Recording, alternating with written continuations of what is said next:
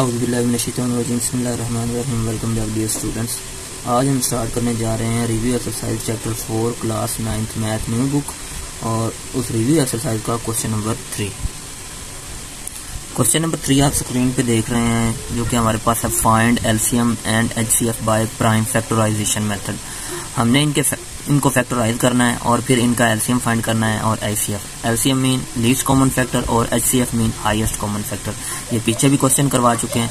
तो जो हमारे पास एचसीएफ है, इसे कहते हैं हाईएस्ट कॉमन फैक्टर, यानी कि इसमें और इसमें जो हम फैक्टर बनाएंगे, जो कॉमन चीजें आ रही होंगी वो उनका इन दोनों का एचसीएफ होगा, और फिर जो इनमें नॉन कॉमन आ रही होंगी और जो कॉमन निकाली होंगी उन दोनों के प्रोडक्ट को हम एलसीएम कहते हैं।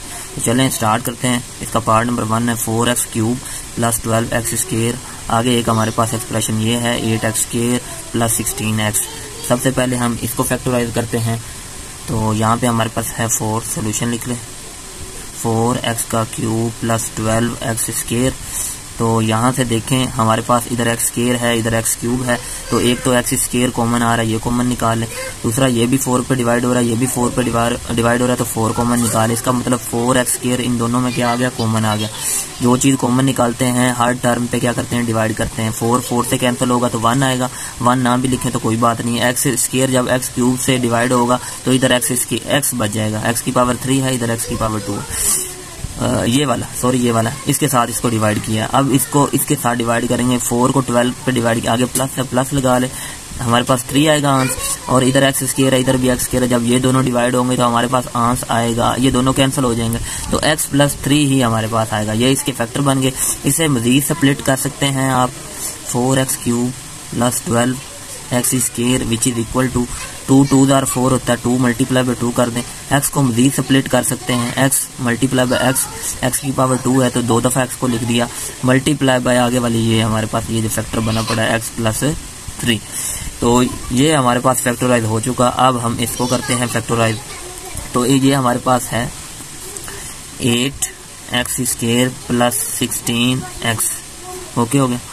अब इसमें देखें ये दोनों 8 पे डिवाइड हो रहे हैं, 8 कॉमन निकालो। दूसरा इधर x है, इधर x स्क्वायर है, x भी कॉमन आ रहा है।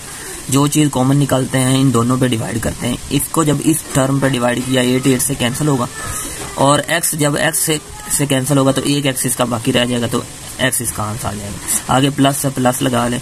8x को जब इस पे डिवाइड करेंगे x से कैंसिल हो जाएगा, 8 2 16 होता है। तो यहाँ पे इसके जो फैक्टर बने हमारे पास 8x इंटू x प्लस 2। इसको मजीद हम स्प्लिट कर सकते हैं। 8 को आप मजीद करें, 2 मल्टीप्लाई बाय 2 करें तो हमारे पास 8 होता है, मल्टीप्लाई बाय 7x आ रहा है, और मल्टीप्लाई बाय x प्लस 7 2 आ रहा है। अब इसके फैक्टर ये बन गए और इस वाली इक्वेशन के फैक्टर ये बन गए। तो इसको मैं इक्वेशन 1 कह देता हूँ, इसको इक्वेशन 2। तो हम इन दोनों को अगर देखें तो इनमें हमारे पास कॉमन फैक्टर क्या है। तो सबसे पहले हम ना हाईएस्ट कॉमन फैक्टर फाइंड करते हैं, एचसीएफ होता है कि इन दोनों में कॉमन क्या है। अब देखो ये 2 इधर भी आ रहा है, ये 2 इधर भी आ रहा है, एक तो 2 आ गया, मल्टीप्लाई, ठीक है। Product of common factor is called HCF, यानी कि जो दोनों में आ रहे हैं। इधर फिर 2 आ रहा है, फिर 2 आ रहा है, तो 2 फिर एक दफा आ गया। आगे देखें ये वाला हमारे पास x है, इधर भी x है, तो इसका मतलब मल्टीप्लाई बाय x। तो इन तीनों को जब मल्टीप्लाई किया तो हमारे पास जो हाईएस्ट कॉमन फैक्टर बना वो 4x बना। ओके हो गया। तो ये जो एचसीएफ था ना हमारे पास, एचसीएफ, ये बेटा था product of common factor, product of common factors.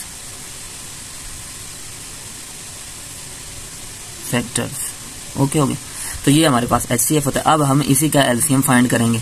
तो इन दोनों की मदद से हम इसका अब एलसीएम फाइंड करेंगे। तो एलसीएम क्या होता है, पहले फॉर्मूला उसका लिख लें हमारे पास। तो एलसीएम में हमारे पास पहले तो हमने क्या फाइंड करने हैं, product of common factor. Common factor क्या है, कॉमन तो ये निकाले नहीं हुए, जो कि 4x है, 4x आ गया। उसके बाद फिर हम क्या करते हैं, product of, in case of LCM, product of non common factor. वो अब कौन कौन से हैं, इन्हीं दोनों में देखो।